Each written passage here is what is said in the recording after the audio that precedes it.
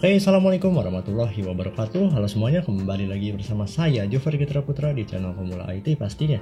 Dan sebenarnya pada video kali ini tuh bisa aja masukin dua segmen, yaitu bahas IT dan ngobrol IT. Karena saya akan membahas sebuah topik yang menarik, ditambah saya juga akan mengobrol tentang pengalaman saya dan beberapa pendapat saya mengenai topik yang akan saya bahas pada video kali ini.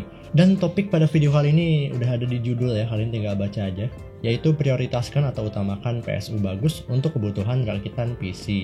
Nah, lalu Bang, bagaimana yang rakitan PC kere-hore misal 1 jutaan, 2 jutaan, masa beli power supply berjuta-juta gitu demi prioritasin PSU gitu?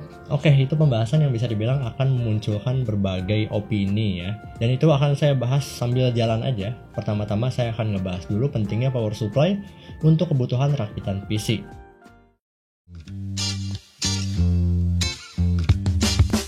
Oke, yang pertama akan saya bahas yaitu mengapa power supply sangat penting ya untuk sebuah PC untuk keberlanjutan dan kesehatan komponen lainnya. BTW ini ChatGPT yang buat pertanyaannya dan ya terima kasih. Jadi kenapa gitu power supply sangat penting untuk keberlangsungan hidup komponen PC kita gitu kan, atau kesehatan PC kita ke depannya. Ya udah jelas ya, power supply itu mensuplai power gitu kan, namanya juga power supply yang dibutuhkan untuk komponen atau part PC yang kita punya untuk mengerjakan suatu tugas atau task tertentu ya. Jadi udah jelas ya, power supply itu mengatur supply daya atau supply power yang masuk ke komponen PC kita sesuai yang dibutuhkan.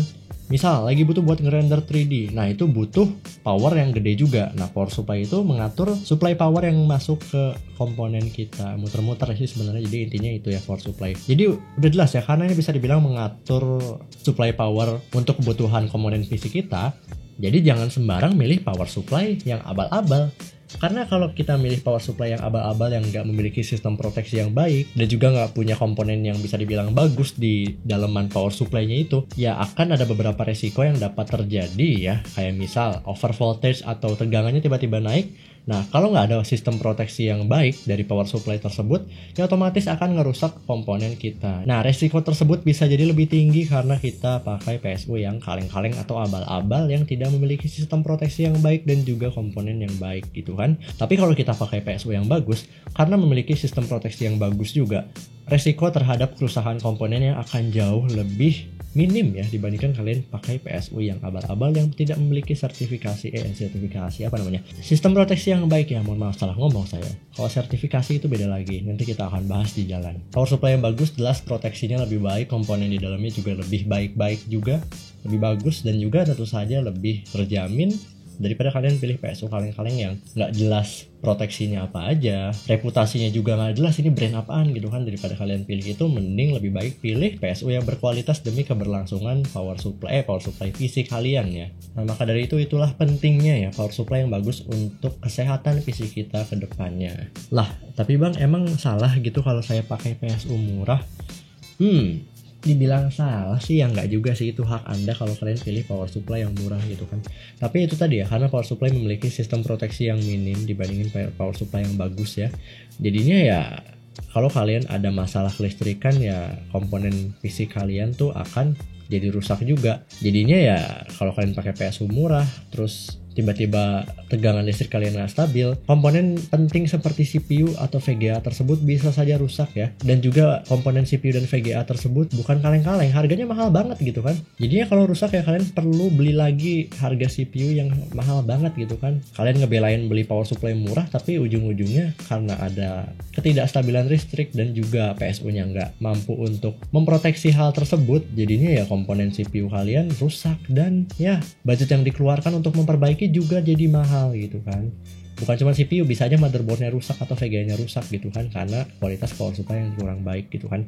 Jadi lebih baik investasi lah buat beli power supply yang bagus dengan harga yang lebih mahal dikit, karena kedepannya akan lebih aman untuk dipakai daripada kalian pilih PSU kaleng-kaleng. Jadi kalau dibilang salah sih nggak salah. Ada aja kok orang yang pakai power supply kaleng-kaleng tapi masih aman karena ya kebetulan listrik rumahnya tuh stabil dan nggak terjadi masalah sama sekali. Dan juga beban PC-nya atau beban yang dikerjakan tuh nggak berat-berat banget, makanya masih aman aja. Mungkin cuma buat ketik-ketik atau browsing, jadinya pakai power supply kaleng-kaleng pun gak masalah, tapi kan kita nggak tahu kondisi kelistrikan rumah kita seperti apa. Resikonya banyak gitu kalau kita pakai PSU yang tidak berkualitas dengan harga yang murah gitu kan. Misal ada power supply 500 watt dan nggak tahu brandnya dari mana gitu kan, dan power supply tersebut dijual dengan harga yang relatif jauh lebih murah ya dibandingin dengan power supply yang udah memiliki reputasi yang baik dan juga memiliki brand yang bagus, yang harga pasarannya misal 600 ribuan untuk 500 watt. Tapi ini ada satu power supply kaleng-kaleng gitu kan, dia baru munculin power supply ngejual baru, tapi dia ngejual dengan harga misal 100 ribuan atau 200 ribuan. Itu kan bisa dibilang jauh banget dari rata-rata harga power supply 500 watt dengan brand-brand yang udah terkenal gitu. Dan resikonya sudah jelas ya, kalau kalian pakai PSU abal-abal itu resiko komponen PC kalian rusak tuh lebih besar daripada kalian pakai power supply yang bagus dan memiliki proteksi yang baik. Tapi kan harganya murah bang, 200 ribu udah dapat power supply 500 watt. Pertama gini, emang yakin itu 500 watt tuh pure atau enggak? Yang kedua, apakah bisa terjamin gitu power supply dengan kualitas kaleng-kaleng itu akan melindungi PC kalian dari masalah-masalah kelistrikan kayak tiba-tiba tegangannya naik atau turun, dan ya masalah kelistrikan tersebut tuh bisa ngerusak PC kalian kalau power supply-nya nggak memiliki proteksi yang bagus gitu.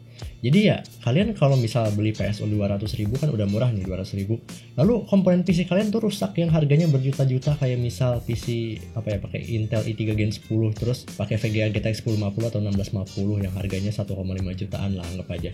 Dan total rakitan PC anggap aja 4 juta, tapi PSU-nya kaleng-kaleng yang 200 ribu atau 100 ribuan yang bisa dibilang dari brand entah-berantah yang nggak jelas proteksinya apa aja. Dan ya, dengan power supply itu nggak menjamin gitu PC kalian bakal aman-aman aja kalau ada masalah kelistrikan. Dan juga kalau dipakai beban berat gitu, juga nggak menjamin power supply tersebut dapat mensuplai power untuk kebutuhan PC kalian. Jadi kalau kalian pakai PSU bagus tuh mengurangi resiko terjadinya kerusakan PC kalian yang harganya berjuta-juta, tapi kok PSU-nya cuma pakai PSU kaleng-kaleng gitu kan. Ya, itulah pentingnya memprioritaskan power supply gitu untuk rakitan PC kalian. Oke, topik selanjutnya yaitu bagaimana memilih PSU yang tepat ya.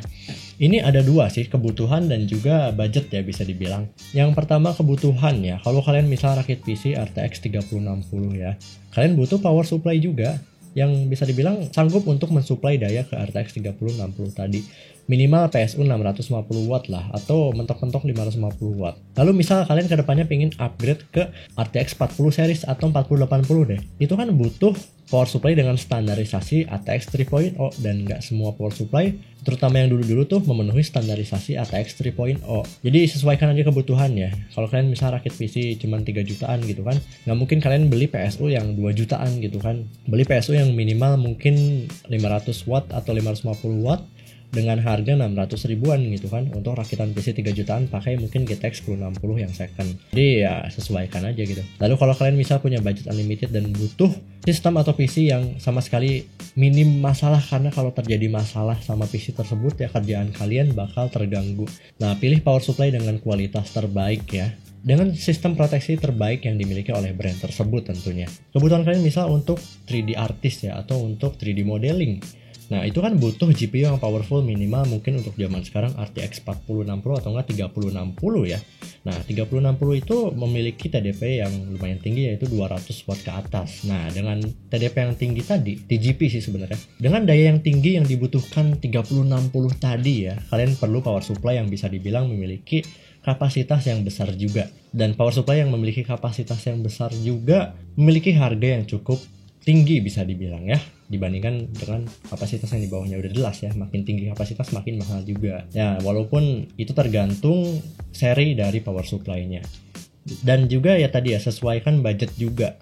Jadi kalau kalian misal 3060 tuh ya, ini kita ngomongin di luar ATX 3.0 yang lagi rame setahun ke belakang lah ya. Karena standarisasi tersebut tuh ngubah dunia per PSU-an dan per VGA pada masa depan nanti ya. Kita bahas itu nanti ya. Oke, tadi kan ke personal ya, soal kebutuhan dan budget. Lalu soal ke PSU-nya gimana nih? Apa yang perlu kita pertimbangkan untuk membeli PSU tersebut? Dari speknya kah? Dari FPS-nya kah? Dari RGB-nya kah? Nggak juga sih sebenarnya. Ya, RGB sebenarnya bisa jadi pertimbangan soal estetika, tapi saya nggak peduli sama RGB ya. Tapi kalau kalian misal punya budget unlimited terus pengen PSU yang bagus yang udah ada RGB, banyak kok PSU yang berkualitas yang udah ada RGB-nya. Oke, lanjut soal PSU ini ada beberapa yang perlu kalian pertimbangkan. Pertama yaitu soal sertifikasi. Ini penting banget buat efisiensi PC atau sistem kalian gitu. Lalu juga kualitas dari power supply tersebut dan juga reputasi dari brand power supply tersebut ya. Dan yang paling penting tentu saja kalau power supply-nya udah bagus dari brand yang terpercaya dan juga memiliki reputasi yang baik, tentu saja memiliki sistem proteksi yang baik juga. Ngomong-ngomong soal power supply dengan kualitas yang mantap dengan harga yang terjangkau dan dari brand yang sudah memiliki reputasi yang baik, terima kasih kepada FSP Indonesia yang telah mensupport saya satu power supply dari FSP seri HV Pro atau gantinya Hexa 85 plus 650 watt, dan kalian bisa lihat di sini ATX 3.0. Saya juga kaget. Oke, saya akan bahas dulu tentang power supply ini ya. FSP HV Pro 85 plus 650 watt ini tentu saja memiliki kapasitas 650 watt pure. Udah jelas pure ya, karena dari brand yang sudah memiliki reputasi yang sangat baik ya, yaitu dari FSP yang udah berdiri sejak 1993 dan udah jelas ya brandnya FSP itu udah terkenal banget gitu. Kalian nggak perlu ragu lagi soal PSU ini. Nah, yang saya bahas FSP HV Pro 650 watt ini bisa dibilang saya cari-cari ada 3 versi ya. Versi pertama tuh yang FSP HV Pro 650 watt 80 plus white atau 80 plus polosan ya bisa dibilang. Nah, tapi ketiga versi tersebut bisa dibilang identik atau bisa dibilang sama persis ya. Karena gini, FSP HV Pro 650 watt yang pertama itu dicantumkan oleh FSP yaitu 80 plus white, padahal di website Clear Clear Result ya. Jadi di website yang memuat semua PSU dengan sertifikasi 80 plus tersebut, FSP HV Pro 650 watt versi pertama yang dilabeli 80 plus white itu ternyata sangat rendah hati ya. Udah dibahas di channel My Club ID bahwa sebenarnya itu 80 plus bronze gitu, tapi rendah hati sekali. Sama FSP cuma dicantumin 80 plus white gitu.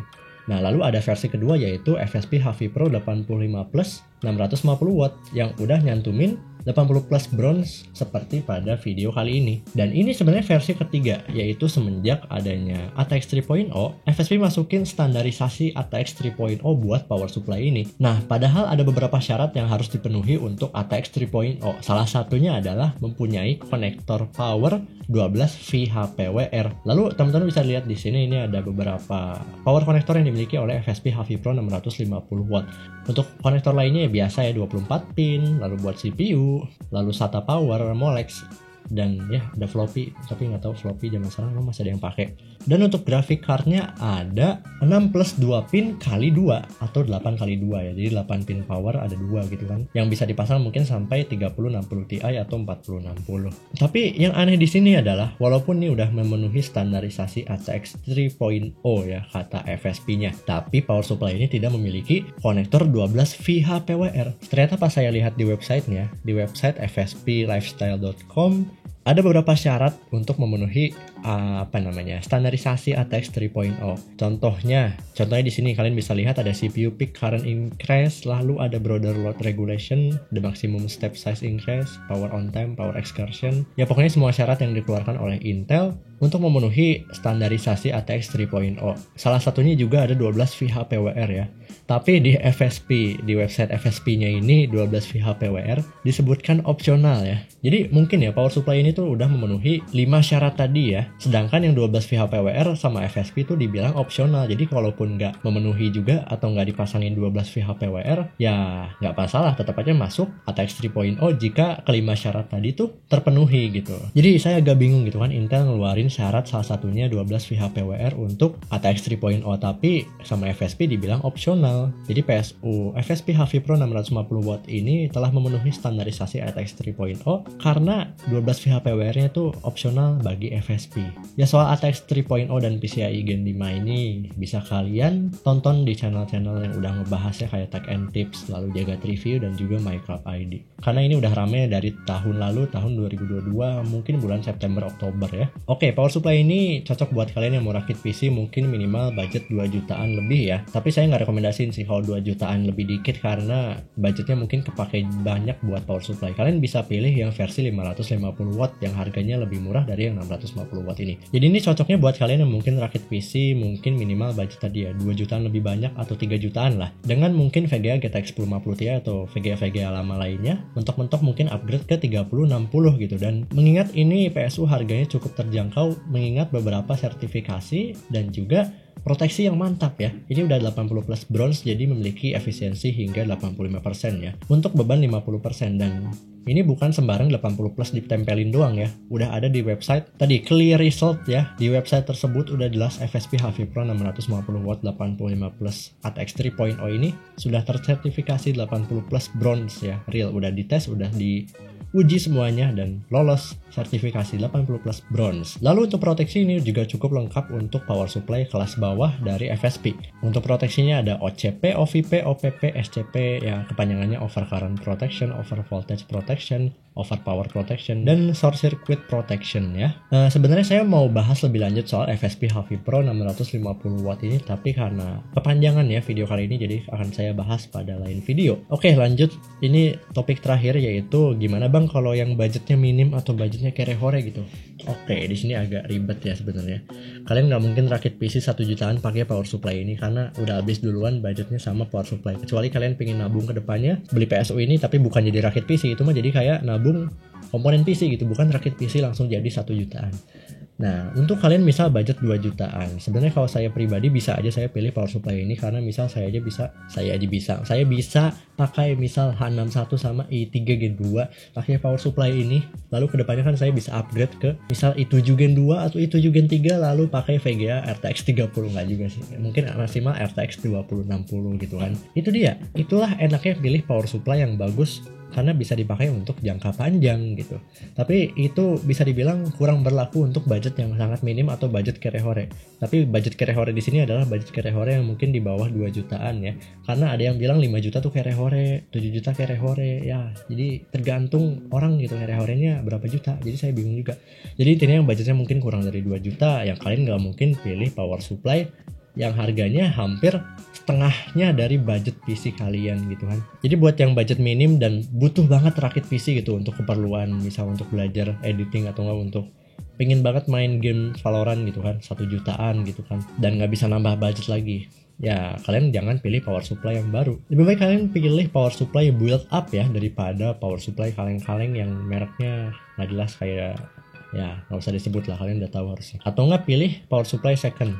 Disclaimer dulu ya, namanya barang bekas gitu kan, kita nggak tahu sebelumnya dipakai apa aja. Kecuali kalian udah tahu resiko dari pembelian barang bekas, ya silahkan beli saja, karena mengingat budget yang terbatas juga gitu kan. Saya juga dulu sempat beli power supply bekas dan saya jual lagi sih, karena butuh dana buat beli hard disk, karena hard disk saya rusak gitu kan. Ya intinya saya baru beli power supply bekas sekali, dan sebelumnya udah pakai power supply build up yang saya udah bahas di video kanan atas ya. Oke, itu mungkin tadi beberapa pembahasan tentang prioritaskan PSU yang berkualitas untuk kebutuhan rakitan PC kalian ya. Saya sebenarnya mau bahas lebih lanjut soal power supply ini dan juga pengalaman saya mengenai power supply ini, dan udah dipasang di situ ya. Jadi saya mau bahas tapi videonya nanti kepanjangan ya. Oke, dan juga saya mau ngebahas beberapa hal yang perlu diperhatikan kalau mau pilih PSU. Lalu bahas juga kapan sih kita harus upgrade PSU. Dan ya video ini kepanjangan, jadi saya akan bahas di lain video. Terima kasih telah menonton video ini sampai akhir. Jika ada pertanyaan atau mau berpendapat boleh komen di bawah. Jangan lupa tekan tombol like jika suka, nyalakan lonceng notifikasinya, tekan subrek juga. Dan mohon maaf jika ada kesalahan kata atau kesalahan dalam penyampaian informasi. Saya Jofri Putra pamit undur diri. Wassalamualaikum warahmatullahi wabarakatuh.